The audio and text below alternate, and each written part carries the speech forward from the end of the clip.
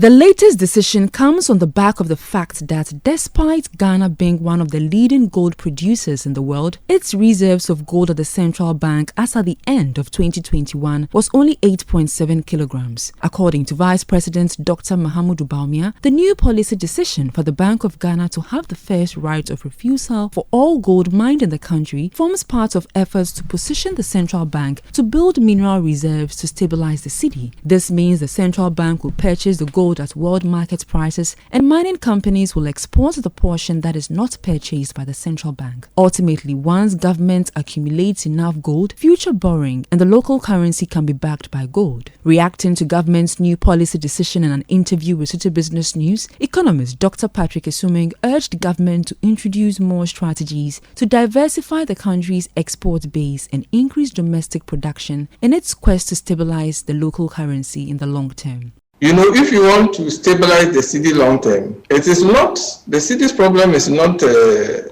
liquidity matter. The root cause is how much export you get versus how much import you are getting. If, we are producing the same quantity of gold and it's bringing us a certain amount of foreign currency, whether it is going to be taken up, the central bank will have the right of first purchase, or is going to be sold on the international market. It's not expected to change the amount of foreign currency we are getting. So let's get that clear. Then the issue is, we've been mining gold, and the key problems we've been discussing about what will solve the currency's problem is diversifying the export base and not trying to bring up some institutional arrangement about how it is purchased and how much we store or so on and so forth. I think if you don't broaden the base and diverse the base, we can't say that we solve the city's long-term problem. So for me, I don't see how that particular solution will hold. It might give some brief relief, but ultimately, if